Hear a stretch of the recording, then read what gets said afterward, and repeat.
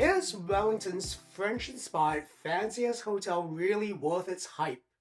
Wellington is New Zealand's cool alternative city to Auckland, and it's wedged between a couple of mountains and a picturesque bay, and it's known for its art, music, and caffeine scenes. I was here for a wedding, and the reception was in the CBD, and I thought I'd splurge a little for a convenient, comfortable, and possibly pampered experience. So let's take a look to see if Sofitel Wellington did the job.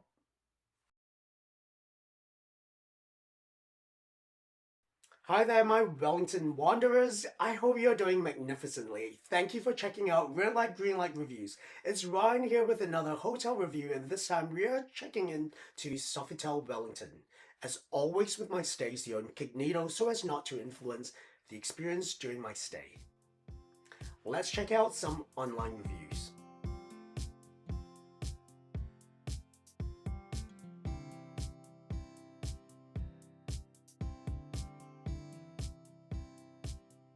So, will it get the red light or the green light? Stay tuned for the verdict. Come with me and let's check out the Sofitel Wellington as I assess the room, the amenities, and more during my stay. And while we're at it, remember to like and subscribe below. Driving to the hotel was straightforward, but I wasn't expecting to be on the edge of the commercial and civic districts on a dividing hill. It was a little bit of a trek as it was up a steep hill, and parking, although was easy on the street opposite, do watch out for the restrictions. If you're going to skimp on parking like I did, be sure to have excellent parallel parking and hill control skills. After tackling that steep hill and quirky driveway entry, I finally managed to check in and settle in. There was an understated corporate elegance to the lobby with marble, rich bronze tones, and dark woods, and it gave off a mature restaurant foyer type vibe. Now, expectedly, Sofitel's receptionists were warm, cheerful, and efficient, greeting me with a gentle bonjour and extending a warning about the parking restrictions in the morning when I had declined the in-house parking. I booked the classic room, and just as in its name, it was classically stylish with a Parisian drama. There were gold accents from the botanical picture wall, and there was also Baroque style wallpaper. Very classy, very cozy, complete with the signature Sofitel My Bit. The room was quite compact, but well proportioned. It had a smaller footprint than the others, with its TV wall-mounted, and in the corner, there was a very small desk and chair, conveniently close to the window, and there were really great, proper, heavy blackout curtains. There's also a second chair and a tiny table for room service with a friend. Interestingly, the TV has a built-in panel with international PowerPoints, a USB-A port, and HDMI connections. My favorite part of the room are the semi-bay windows with the heavy curtains wrapping around to provide excellent blackout.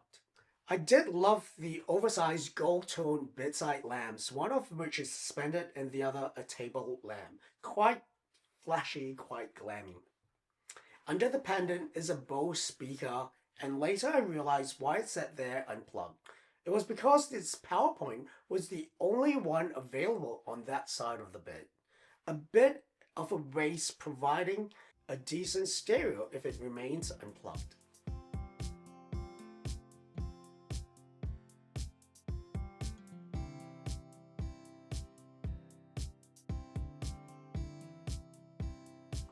Tucked in the alcove behind the door was the wardrobe, and it was quite narrow. It did not have much in terms of drawers or a place to put in my worn clothes. If you're traveling with someone who has quite a lot of clothes, or if you are staying longer, you might want to choose a larger room.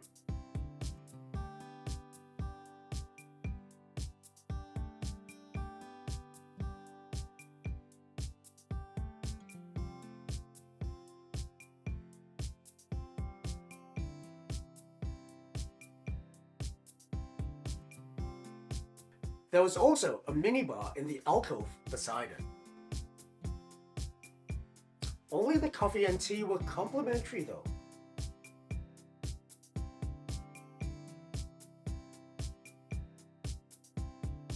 The minibar itself is narrow, and it came with a few snacks and bottle of wine and some cold bevs.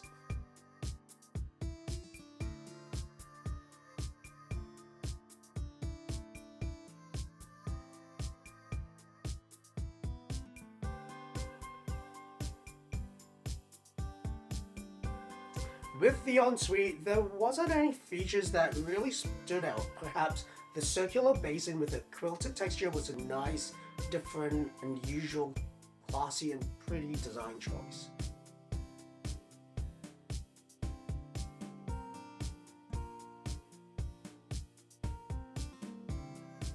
And the large format Balmer toiletries were a nice offering.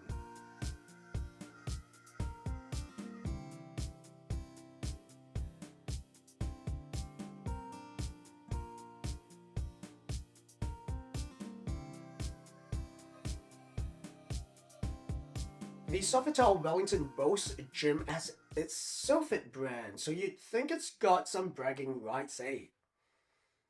The gym's unusual location in the basement down a flight of stairs felt inaccessible and quite ableist.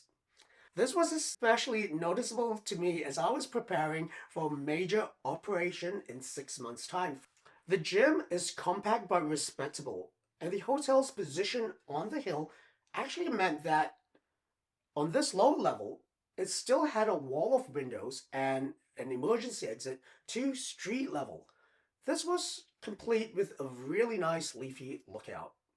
To be honest, it was quite a decent gym with about 8 cardio machines of various types, a broad selection of dumbbells, and some pin-weighted machines, including a multi-station unit. More than enough for anyone as long as you're able to access it from down those stairs. Breakfast buffet was at the Jardin Grill. It was set behind a curved metal frame of wine bottles, creating a sculptural curved wall. Given the relatively lower number of rooms, the buffet spread wasn't vast but sufficiently varied and was a good example of quality over quantity. Every item on the buffet looked and tasted considered and curated, something the Sofitel Amsterdam might be able to learn from.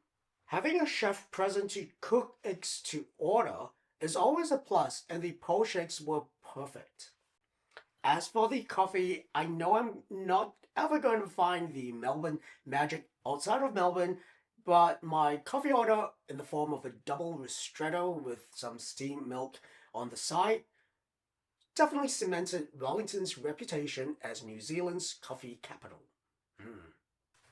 Now, if I were to make some comparisons, I would put this up against hotels such as the 150-room Como Hotel in Singapore, the 110-room Sofitel Amsterdam, and the 400-room Sofitel Sydney, which are also in my reviews. Do you check those out?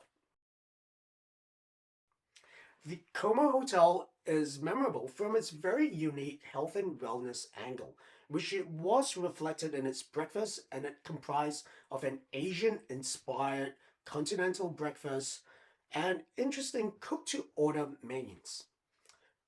The Sofitel Amsterdam, however, had a kind of similar breakfast and room size, with each reflecting their own versions of 4.5 and 5-star type rooms respectively. And in comparison to the Sofitel Sydney, since my stay, it's undergone a $17 million full refurbishment, and its previous incarnation was far less classy. Yet its buffets were a little bit more decadent and extensive, with even smoked salmon and berry compotes.